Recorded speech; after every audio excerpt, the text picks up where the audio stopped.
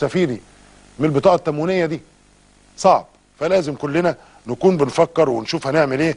عندنا قافله انسانيه وعايزين نقول الخبر ده مهم، نفرح الناس شويه. شوفوا بقى الشعب المصري والكيانات وصندوق تحيا مصر لما الرئيس اعلن عنه وقال لك ولو بجنيه حط جنيه فيه.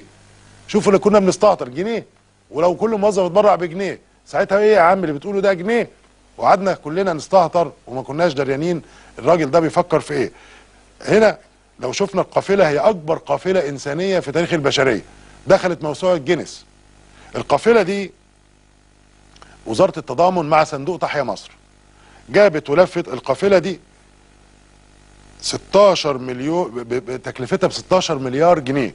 16 مليار جنيه مبلغ بالنسبه لينا كمصريين مبلغ كبير. القافله دي بتجوب العالم دلوقتي، المحافظات دلوقتي، وبتلف على المحتاجين وعلى الفقراء.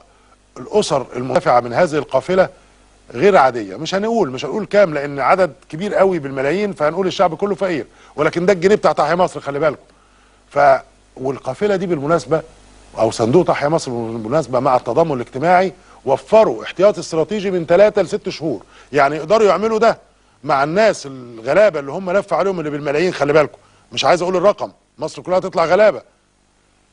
من 3 ل6 شهور يقدروا يطعموهم ويقدروا ياكلوهم ويكسوهم، وبطاطين عدد مهول، وبأغذية كاملة، يعني لحوم وبقوليات ومخزونيات، كل حاجة موجودة زي أي بيت.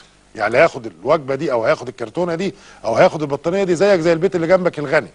ما بقاش فيه غني وفقير بصندوق تحيا مصر بالجنيه اللي قال عليه الرئيس، اللي احنا قلنا جنيه ايه يا سعادة الرئيس. وقتنا انتهى وبنشكركم، وتابعونا الحلقة الجاية إن شاء الله الأسبوع الجاي. برنامجكم جورنال جي في انتظاركم.